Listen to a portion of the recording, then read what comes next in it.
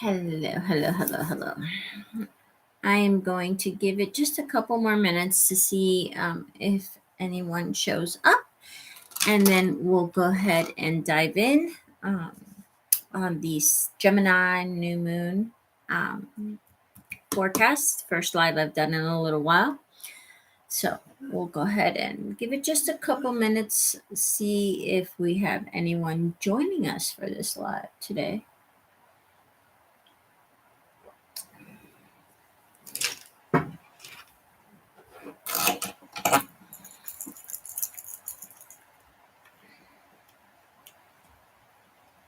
This is my intuition oil that I love to use before I do any reading. It is available in the shop if you are interested in the intuition oil. We have all kinds of goodies there too. If you haven't already checked it out, please go ahead and do so. Thank you, Sir Mick. Thank you very much. It's good to be back. All right, let's go ahead and dive in. This Gemini new moon is happening at 12:37 a.m. tomorrow here on the Eastern time zone. If you're in the Pacific time zone, that'll be 9:37 p.m. tonight. So depending on where you are, I personally even though I'm on the Eastern time zone, and officially this new moon is going to be tomorrow, Sunday, Father's Day. By the way, happy Father's Day to all our fathers out there. I hope you have a wonderful Father's Day. Here in the U.S. anyway. I know we have viewers from all over, but at least here in the U.S. it is Father's Day tomorrow on Sunday. Okay, so personally, I'm going to be doing my personal new moon ritual tonight, even though officially it is tomorrow, just because it is so close to midnight that I think for me, I'm going to go ahead and do this tonight instead. So let's talk about what's going on. Obviously, the new moon, and it is in Gemini, but we also have the moon in a square with Neptune. And I'd like to give a little caution to this moon in a square. I'm sorry, with Neptune. Squares are uncomfortable energies to begin with, but you have the moon, which is known for not being clear, a little bit a foggy kind of energy, and then you also have Neptune, which is also about dreaminess and not seeing things clearly, and kind of having your head up in a fog kind of energy. So there's a lot of energy there for the possibilities of things not being very clear, of things laying under the surface that you can't see. Also, people not saying what they really mean. Deception is possible, but more than deception, there's the energy of this feels to me more like things are not being said, things are being hidden and kept under wraps. So be aware of that. That's something to look out for. But again, I always say once you're aware of the energy, then you can work with it more easily. You're aware, and it's better than being caught off guard. So there is that. Um, so let's talk about Gemini. First of all, what colors to use if you're doing a new moon ritual. The colors associated with Gemini are yellow and green. Either one of those colors would work if you're doing candle magic or anything else like that. Those are colors you can use. Of course, excuse me. Gemini is ruled by the planet Mercury, the planet of communication. So communication is definitely key in this new moon. But Gemini also is about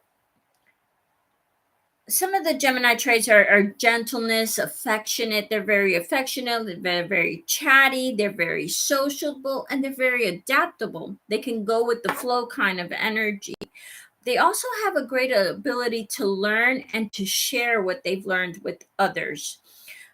So they learn quickly, they share ideas, they exchange, they love communication of every kind, whether it's writing, whether it's the word, the written word, the vocals, movies, any music, anything that has communication as a part of it is very Gemini in nature. If you're working a ritual, I would definitely use things like journaling, writing down a petition, writing a letter to God, to the goddess, to the deity of your choice, the spirit, the universe, whoever it is you pray to. Um, Anything like that, because that is all in the realms of Gemini. So there is that. Now, this particular new moon is also happening just a few days before the summer solstice. So we're closing out one season and opening up a new season. So endings and new beginnings also, it can be something that you work on during this new moon. It's very much up there as anything that has to do with starting something new or closing something out. that that is the energy is helpful for that. So basically that is Gemini new moon energies. Watch out for things not being clear, people not saying exactly what they're thinking or feeling, things that are under the surface kind of energy. So all right, that is that. We're going to go ahead and move over to the tarot portion. Oh my goodness, the tarot portion of the reading, while I go ahead and get in touch with my angels and spirit guides, have them help us and give us messages about this new moon and what we can expect, what kind of energies are coming for us, and what we need to know about it. So I am going to be using a oracle and a tarot deck, and then I'll have a second tarot deck ready for any extras that we may need or anything like that. Any clarification, any extras, messages that we may decide to go on. So here we go. We have Antelope Spirit, life is speeding up. That is the number 2. Parrot Spirit, watch your words. Very Gemini indeed. The number 45. And Eagle Spirit, Spirit has your back. The number 23. Underneath, we have Spider Spirit, make your dreams real. The number is 56, which in numerology comes down to the master number 11. The master number 11 is the master manifester. It's also about intuition. So there is that. Now, the card underneath for me, for my readings, it's basically the underlying energies of the reading. So underlying energies is making your dreams come true. And I love that energy. All right, let's talk about this Antelope Spirit. Life is speeding up. Parrot Spirit, watch your words. And Eagle Spirit, Spirit has your back. The energies I am picking up from these cards, it is very much like if you say it, saying it, putting the words out there is bringing whatever it is you're saying to you, good or bad. So watch your words. Your words have power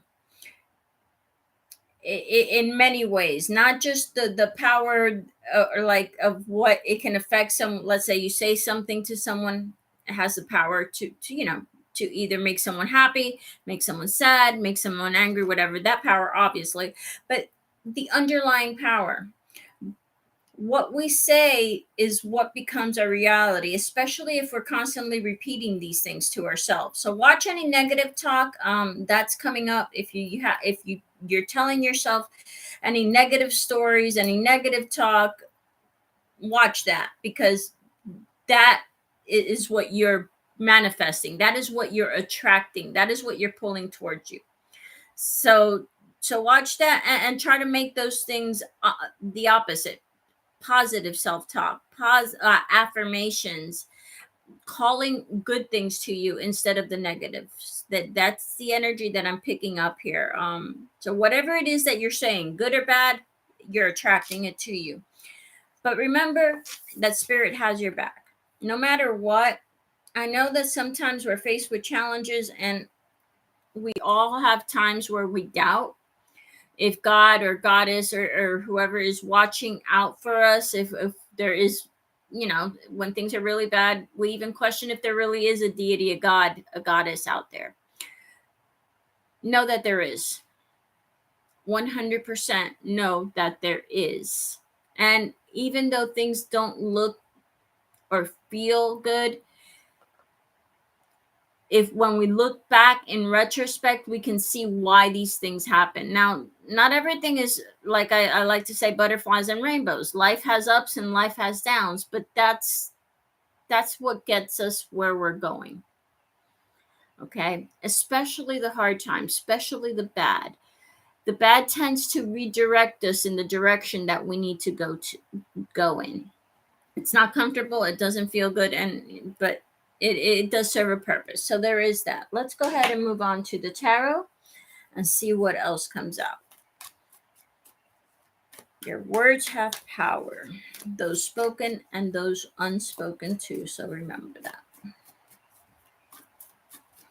Let's see what else.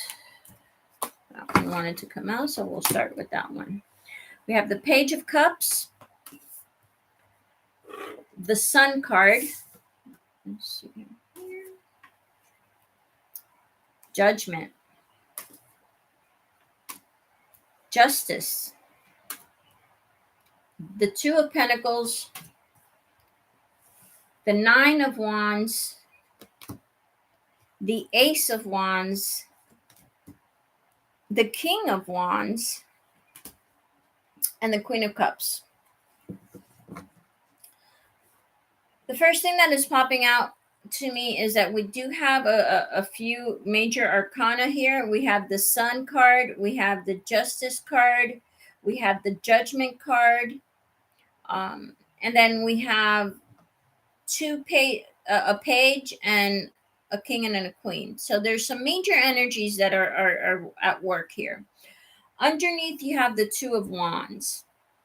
And the Two of Wands is about choosing your direction by listening to your intuition, listening to your gut, listening to your gut.